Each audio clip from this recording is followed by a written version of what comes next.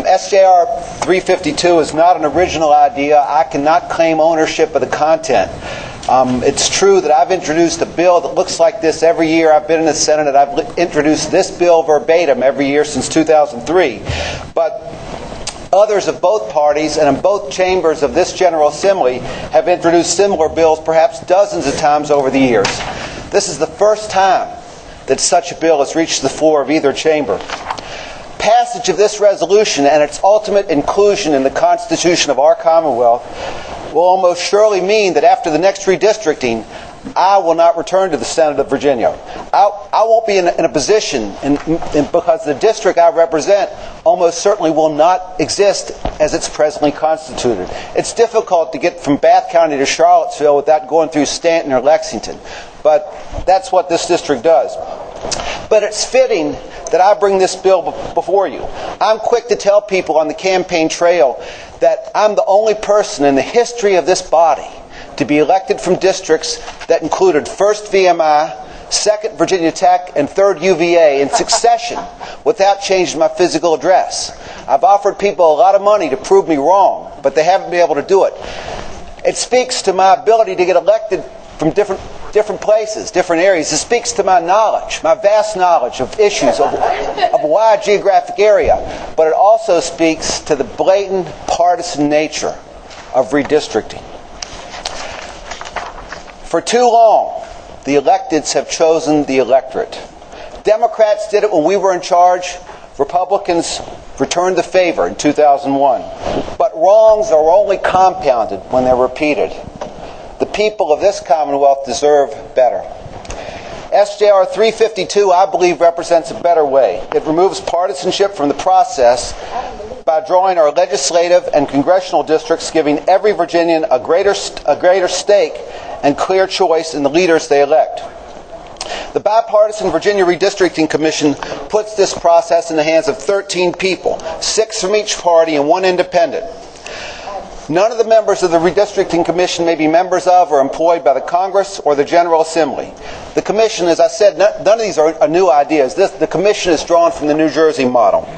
And draw on the districts, and this is the truly radical part of the bill. But it's not that radical. It's straight from Iowa law. The Commission is specifically prohibited from considering how districts favor either party, specifically prohibited from considering previous election results, and specifically prohibited from considering where incumbents live.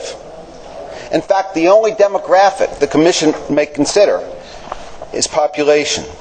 We're still a Voting Rights Act state, and the language on lines 47 and 48 of this bill is broad enough so that the Commission may consider other matters that are required by federal law. If we succeed and amend our Constitution to include this language, we'll truly rise above our own self-interest, put the people of Virginia first, and increase the likelihood of competition in all election districts. Now, I know we all like to win elections by large margins, but democracy is best served when people have meaningful choices. None of us should fear the democracy of the electoral market. Mr. President, members of the Senate, I urge the passage of this resolution. Mr. President, members of the Senate,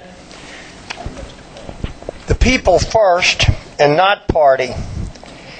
How rare have we ever heard that phrase in the 16 years that I've served here? The people first and not party.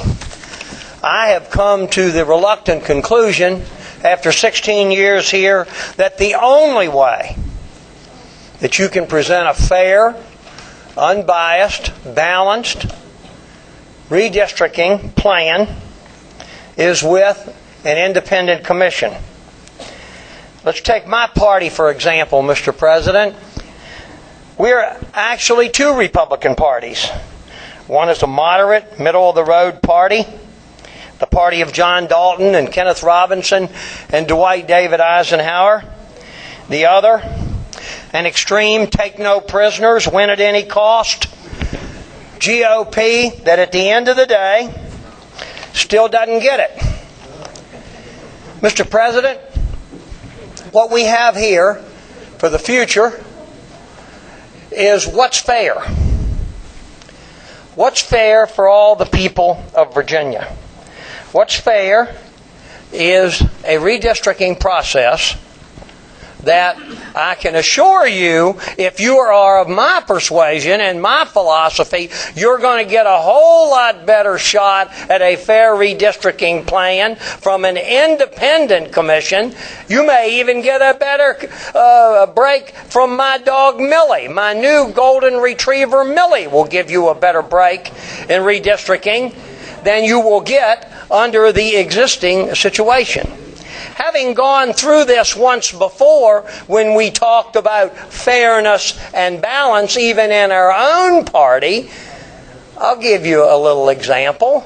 In redistricting, Warren County, of which I had always gotten at least 55%, went away.